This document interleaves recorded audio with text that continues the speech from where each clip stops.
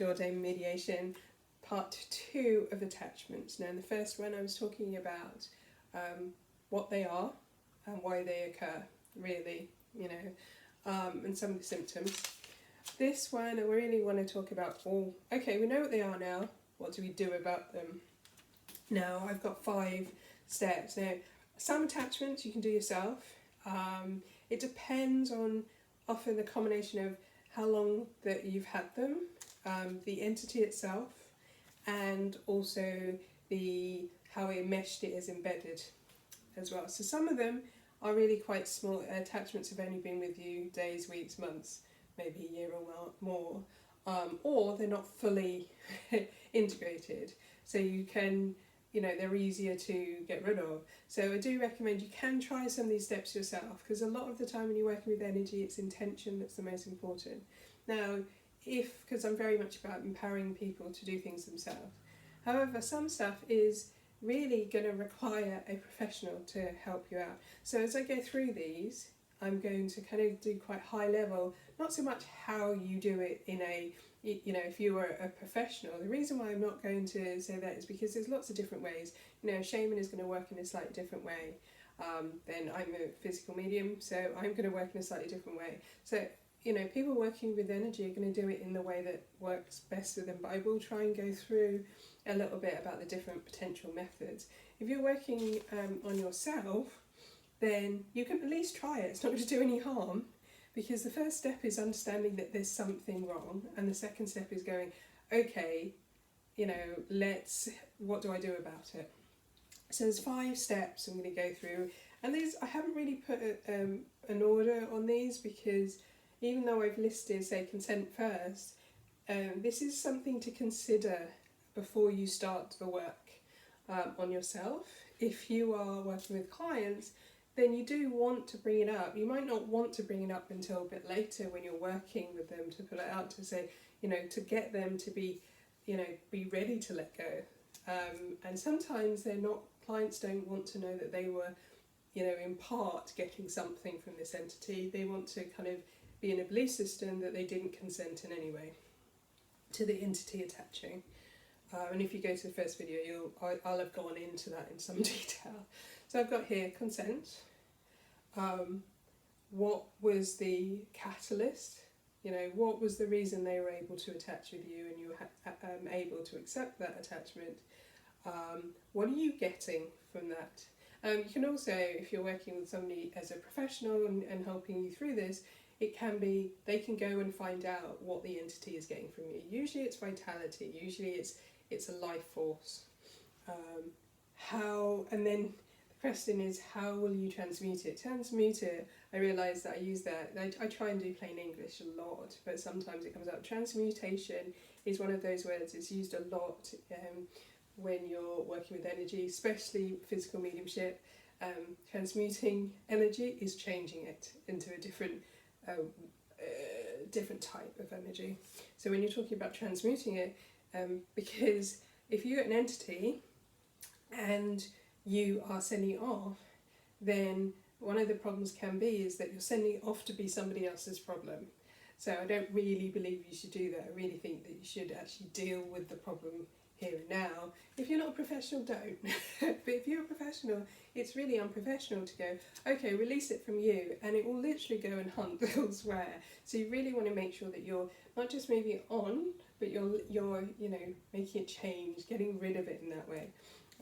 And you'll find that a lot of people working with shamanism will actually, or shamans will actually pull it in and heal it that way. As a physical medium, I tend to get my guides and go, actually, no, you're not coming into my energy. I'm going to send you off there, you're going to be transmuted there, and I might supply the energy for that. And then the 5th one is void, fill the void, which is very important. I'll try and come to it in a minute. So firstly, when you are, if this is, you're working on you, it's really good to kind of work on, how did you allow this to happen? Now this is not about blame, it's more to do with saying, okay, because the thing is, if you're not responsible, if you have no responsibility for it, you can't resolve something. Here, it's very much about taking back power in some ways. So it's like, okay, if I was working with somebody then I would firstly talk about consent. Are they okay with this being done? Are they ready? Are they happy to go through this process with you? Now, if you're working, and this question comes up especially with people who work with energy, if can I do this for somebody else? No, you shouldn't do something for somebody else if they haven't consented. So I really should have revised that. Say, no, if they haven't consented. You should never try and break somebody's free will. Everyone has the right. And actually, to be honest, it's not really going to work. It's going to feel like it works, and then it's going to come back. And I explain that in a minute too. So you want to say, are you, whichever way you want to phrase it, but, are you ready to go through this process? They have to be aware, and it's a very conscious thing. They have to be consciously thinking about this process and be okay with it happening. You can't just assume consent unless they're underage. If you're doing something for your children, then yeah, you aren't going to, who are under 18, you can't then, they can't give you their consent. You're responsible for them. So of course, yes, you can manage that. If they're older, as adults, it is up to you to get consent from the person, and it's very important that they're part of this process if they're adults as well, because it needs to be conscious, and as we go through, we'll explain it. So, why? What was the catalyst? Now, as I said in the first video, there are lots of reasons why we're vulnerable to attachments. Now, think of loss, think of grief. It can be reassuring to have that. Often with loss, you feel like you're void. You've lost. There's something that's not there. So actually, anything that fills that up can feel good. In the same way that people sometimes will overeat, comfort eat, or they will with other substance, because it fills that void for a temporary amount of time. And an attachment can be like that. So you need to understand where did this come from? Why did it arise? And if you're working for yourself, it's probably sometimes it can be a bit hard to understand how vulnerable we were at that point, because nowadays everyone doesn't want to be vulnerable. They're like, oh no, I can beat it. I shouldn't have done this. Or it's not about that. It's about going at that point, accepting that you were vulnerable. And when it happens, you'll understand more about the entity. You'll understand the difference that you felt before and the difference that you felt afterwards, which is really important, because your before was your normal, and afterwards is kind of where you are now. And understanding that difference will help you next time, if there is a next time where any other entity tries to attach to you, and hopefully you'll be able to go, oh, okay, that's not right. Okay, I'm quite pedantic. Most people don't do all of these steps, I realise, but I think it's really important, these ones. And actually it's part of their process when you're working with a client. It is part of that unpacking process, which does help the client as well. What are you getting from the entity? So if I was working with a client, I'd want to know what the entity is getting, and I would also want to know what the person is. So I'm going to know energetically, but I'm also going to speak to the person and just get them to kind of work out what it is. Because sometimes people don't want to admit it to themselves that actually they felt a bit empty, or they felt that there was feeling a little bit superior because they knew a little bit about something else. They felt that they felt special. And sometimes that can be quite hard to admit to yourself, that actually something that perhaps hasn't turned out to be so great for you at the beginning, you kind of wanted that. And again, it's not about blame, it's about responsibility. Okay, that was the moment, that's how you were then. Okay, this is what it was getting from you. This is what you were getting from it. Were you getting comfort? And as I said in the first one, sometimes you can have, especially if you've grown up through certain areas of dysfunctionality in your life, I'm sure that's a word, I hope it is, then you can have the imprint that is normal, therefore that's comfortable. So, don't beat yourself up about it, but it is a good process to go through.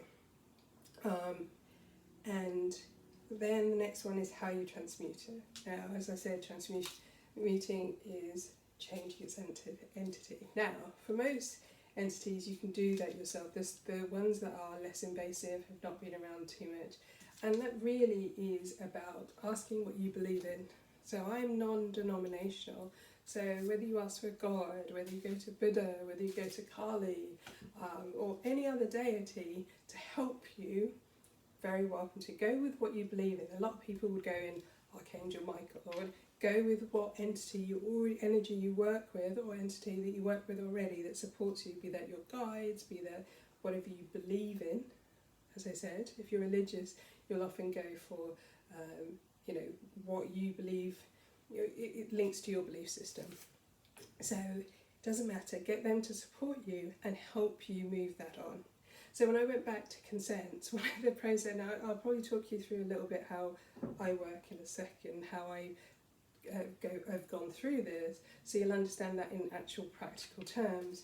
But it is about kind of letting go of it and then transforming it into something else so that it's harmless. It's not going to offend. And transmuting it means you go from a negative to a positive, or at least a neutral. And it just makes sure you're not adding to a problem that's already there. And fill the void. As I said, there a lot of the times attachments are happen and accepted because you're not ready, because they fill a void. They fill something that you didn't have before, that you now feel, whether it's powerful, whether it's just feel there's a comfort in it, but it's usually caused by something is missing.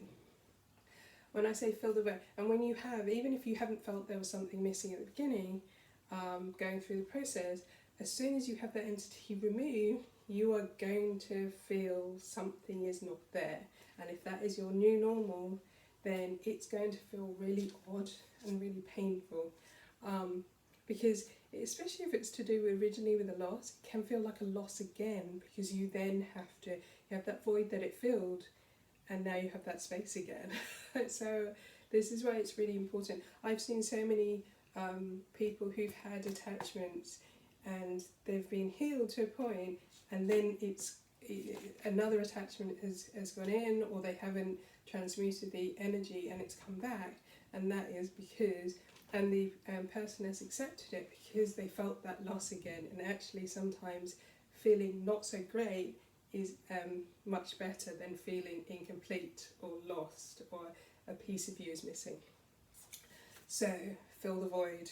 And how you choose to fill it, I personally, when I'm working, I always fill it with love, because obviously working with, as a physical medium, you're working with love. You're working with pure, kind of unfiltered, unconditional love. Because that's what's putting through, and that's how the healing works. Yeah. But obviously, whichever way that you work is important, whether you do Reiki, whether you do any other energy work, use that. Or simply just ask God, ask whatever deity to fill that place for you, to give you some comfort. Okay, so I kind of thought I'd go into a little bit more depth of how I was doing it. So I've worked with entities on my attempted entities of myself, but mainly for other people. I haven't really had to let go of an entity, but I had to talk through either other people, or I've had to try and get them to release an entity, which doesn't always work because people don't always want to get rid of it, as I said. So I'm going to talk you through really how I would work in general. So if I was working with someone face to face, then which I do, well, face to face, whether it's in Zoom or whether it's on Skype or whatever, it's to me still face to face, versus when you're doing it remotely and you're not having any, you're doing it at a different time. So you still have to understand that it will be released at a different point. Energy doesn't work in the same linear way that we feel that it does.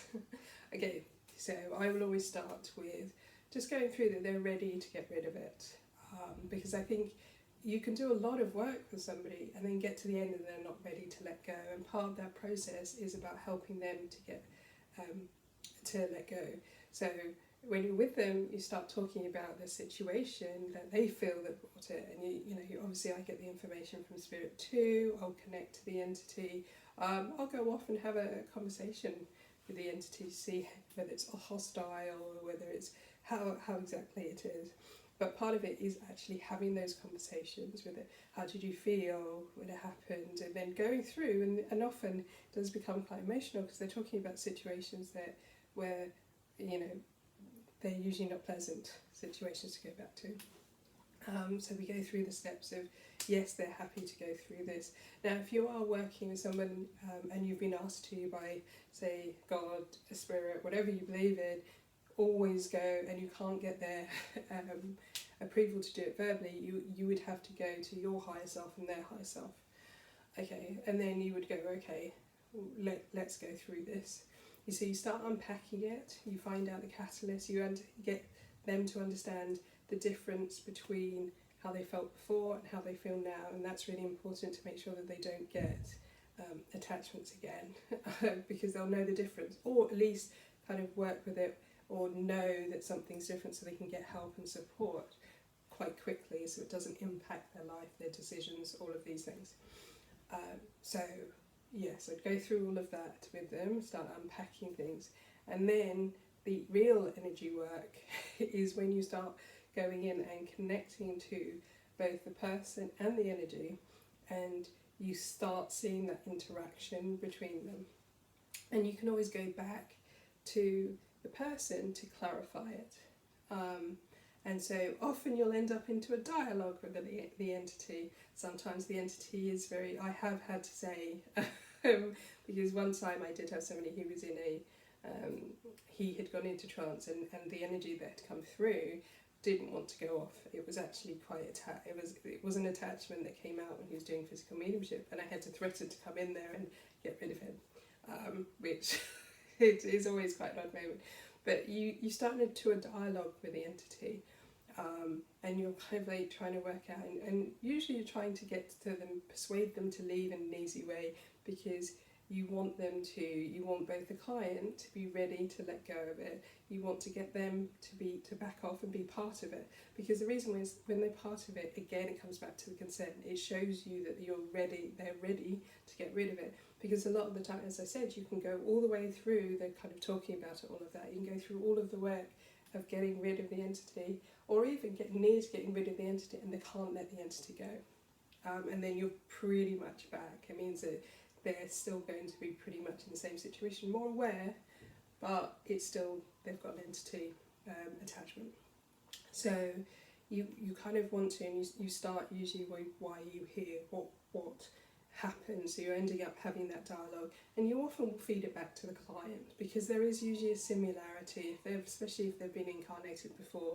They can sometimes think, well, actually, they needed this, or I'm helping them, or I want to do this. And sometimes they're extremely kind of aggressive, and they're like, no, I want it, she's mine, this is it.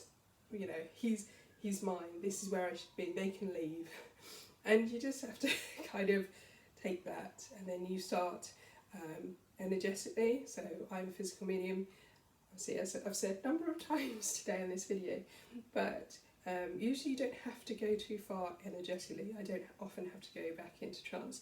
I still start with the entity, still start that dialogue, and I've got my guides around me as well. So it's like the first part is getting that initial separation, getting the client to be happy, repeating that dialogue so that they're aware of what's happening, and then they have to say, okay, can you, getting them involved, getting them to sense it, is that, okay, how far do you feel that they are from you now?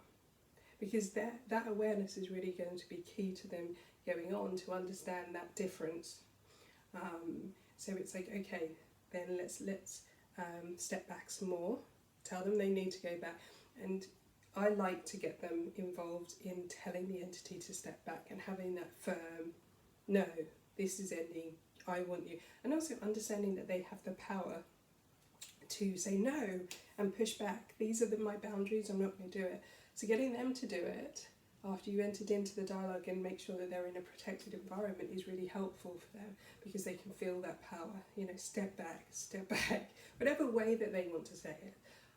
And then when they're far enough away, you usually get to a point where the entity doesn't want to move that far away. The person isn't really always kind of willing to go the last kind of mile of getting rid of them completely. And usually that's when you have to go in energetically and kind of try and and then again negotiate and separate it. Or you can, sometimes it's sometimes it's easier where they kind of do go away and they're quite willing, but usually if they've been attached for a while, they don't want to lose that, so they tend to go far away to a point and feel like they're hiding, and you can still see them. Now see is sense them really, and then you kind of go, you then have to deal with that entity. So now I usually kind of at that point, are you ready to let this go? Are you ready? And energetically, you're making sure that there's a boundary and that entity can't come in back again. And usually it's just lurking, so that's when it's easier to transmute it. If not, it just goes away somewhere and it waits and it comes back to where the person is. And so I know I'm talking about the kind of things that sound very physical, but actually it doesn't matter whether somebody is in America or New Zealand and we're talking by Skype, because obviously energy works that way. It doesn't have those rules of distance like we do. So, as I said, so once the person is really ready to finally say goodbye, because sometimes they do want to, especially if it's been with them for a certain amount of years, even though it's quite degraded, they often do want to have a proper goodbye. They want to kind of have that. It's a bit like, I guess, when you give something a proper burial, or a person, you want to say goodbye properly. Some people just relieved to not have it anymore. So you want to kind of, once you've now gotten separated and you're protecting them, and I'm protecting them energetically, then I'm kind of ready to kind of give them fill up that void. So usually what happens is I let my guides hold on, I hold that space so it can't come back in that moment between me and the client, so it can't come in that bubble. And then my guides also hold on to that. So I then go and top up the void. So usually I will channel it.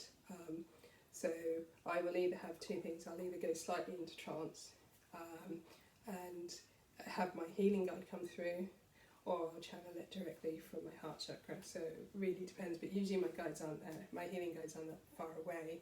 It also it depends how much support that is needed, because sometimes it's enough for just channeling that energy, and sometimes they need a lot more, backup. When your healing guides come through, they've got tons of other guides, right? So it means that they can give them the support, and often they'll need a little bit of other healing as well, not just filling the void, but maybe some other things to support them as well.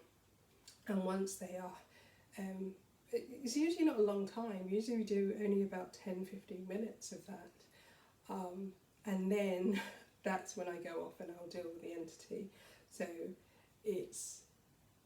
when I say I deal with it, it is obviously a partnership with my guides. So when they've taken it off, and I like to concentrate on when I finish with that person, and then I transmute it. So then afterwards, after that session, I will then go and go into trance again, but a deeper trance. Usually I don't do that on camera because people think it's a bit weird. And then I will do that with my guides to actually make sure that the energy is changed. And I'm part of that process, but I don't bring it into my energy. Like if you were a shaman, you would bring it in and you'd probably heal it from within. I say leave it outside, protect the space, and then I deal with it afterwards. And for that I do go into trance, and I do tend to deal with the entity kind of face to face, if you can see that. That's really how I work. But as I said, those steps are really important. Don't always necessarily be in that order. Some people might say, well, actually consent goes further down, but I actually don't agree with that. I like to get the person involved straight away. Also, if I was doing this remotely, I would still go through that phase of, do you consent, blah blah. They might consent, but if I'm not there doing it at that moment, if I'm doing kind of distance removal where we're not face to face, then I would go in and I'd probably go in energetically and pull them apart and do it that way, because I can go into trance, and actually it's a lot faster to do, and then you have to support it. Now, the thing with that, if you're doing it remotely, they might not feel all of that at the same time, because it's being done and it packaged, and they also will have to agree to that as well. So in some energetic form.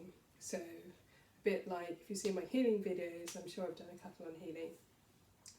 What tends to happen is you package it up, especially if you're doing distant healing, you package it up and then it's received at them at the right time. Because remember that energy is not, or working with spirit is not a linear timeline. So I can package something up and have it delivered at the right time. Now, I don't always know when it's the right time to integrate it or for the others to accept it, but usually someone will have to accept it.